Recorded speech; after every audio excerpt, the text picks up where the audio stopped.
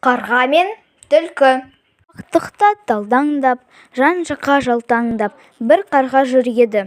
Бір жатқан ірімшік көзіне түседі, көңіліне өседі. Ірімшікті көрінген түстеп апошады, бір ағашқа қонды да, асықпай жемек болды да. Мазасыз қарады оңына, солына, ағашқа қонып қаранып, қанатын түрін таранып.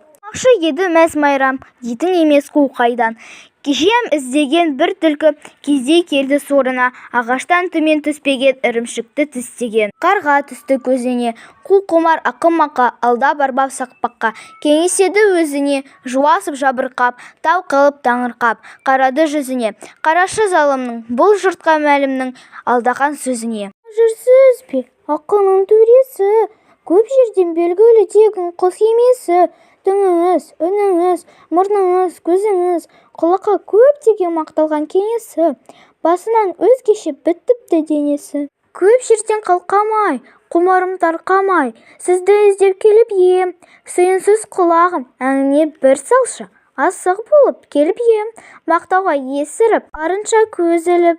Қарқ етті, ірімшік жерге салып кетті. Тап етті, шап етті. Ап кетті қу түлкі, із бітті қу кетті.